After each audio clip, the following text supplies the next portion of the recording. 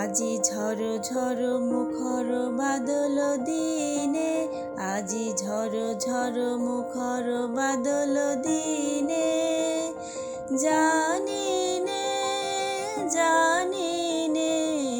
কিছুতে কেন যে মন লাগে না, ঝড় ঝড় মুখর বাদল দিনে, আজি ঝড় ঝড় মুখর বাদল দিনে।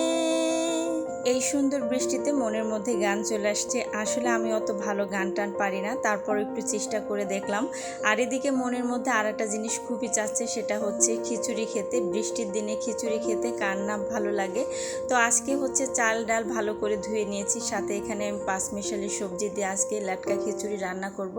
তার জন্য এখানে আমি পেঁয়াজ মরিচ দিয়ে দিলাম, সাথে স্বাদ অনুযায়ী লবণ দিয়ে দিয়েছি, হলুদের গুঁড়া, মরিচের গুঁড়া এবং ধনিয়ার গুঁড়া দিয়ে দিচ্ছি। সাথে কিন্তু আমি আদা রসুন বাটাও দিয়ে দিলাম এবং জিরা বাটাও দিয়ে দিয়েছি। আজকের খিচুড়িটা আমি সরিষার তেল দিয়ে রান্না করব। এটা হচ্ছে একদম ঘানি ভাঙা সরিষার তেল। সবগুলো উপকরণ একসাথে খুব ভালো করে আমি হাত দিয়ে মিশিয়ে নিব। এবারে 2টা তেজপাতা আর একটু গরম মশলা দিয়ে ভালো করে মাখিয়ে নিলাম। আর এখানে পরিমাণের থেকেও একটু বেশি করে পানি দিতে হবে, কারণ খিচুড়িটা একটু লেটকা রান্না করব।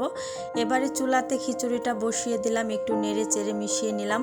আর এদিকে বৃষ্টি কিন্তু এখনও থামেনি, অঝরে বৃষ্টি হচ্ছে। আর এদিকে খিচুড়িটা বলক চলে আসছে, আবারও একটু নেড়ে চেড়ে খিচুড়িটা মিশিয়ে দিচ্ছি। খিচুড়ি থেকে পানিটা কিন্তু অনেকটাই কমে আসছে, আর খিচুড়িটা কিন্তু অনেকটাই ঘন হয়ে আসছে। আবারও একটু নেড়ে চেড়ে মিশিয়ে দিচ্ছি।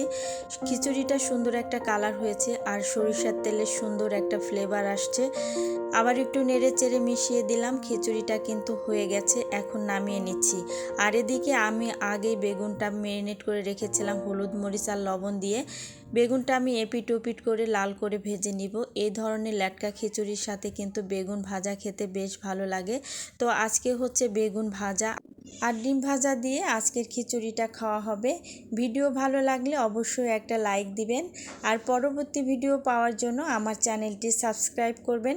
সবাই ভালো থাকবেন। আল্লাহ হাফেজ।